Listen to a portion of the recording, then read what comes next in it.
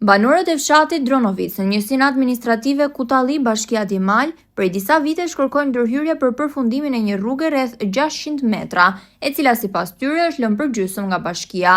Sipas banorëve, pundimet kanë nisur vite më parë me premtimin se rruga do të përfundonte në një fazë të dytë, por deri më sot ajo mbetet në gjendje të amortizuar. Në dimër rruga bëhet e pakalueshme për shkak të baltës, ndërsa në verë mbulohet nga pluhuri duke vështirësuar qarkullimin e përditshëm. Banorët shprehen se premtimet për investime kanë qenë të vazhdueshme, por situata konkrete në terren nuk ka ndryshuar. Një tjetër shqetësim për komunitetin është dhe kanali kullues në anë të rrugës, i cili është i bllokuar nga kallamat, mbeturinat dhe inertet, duke rritur rrezikun për përmbytje dhe probleme higjieno-sanitare.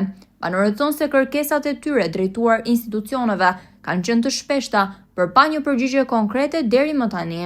Ndërkohë një banor i zonës shpreh i irrituar duke theksuar se ndërhyrjet bëhen vetëm në raste emergjente dhe shpesh për efekt mediatik, ndërsa problemet mbeten të pasgjidhura.